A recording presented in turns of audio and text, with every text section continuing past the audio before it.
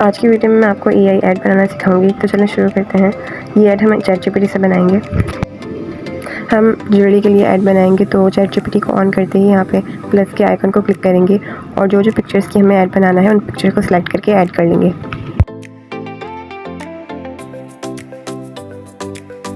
यहाँ पर जो मैंने लिखा है वही आपको लिखना होगा, तो मैं इसको डिस्क्रिप्शन में भी टाइप कर दूँगी, तो आप यहाँ से इसको कॉपी कर सकते हैं। जैसे ही हम इसको सेंड करेंगे तो यहाँ पे ये जनरेट करने लग जाएगा। यहाँ पे थोड़ा सा टाइम भी लग सकता है। ये मुझे इसने ऐसी पोस्ट जनरेट करके दी है, एआई पोस्ट।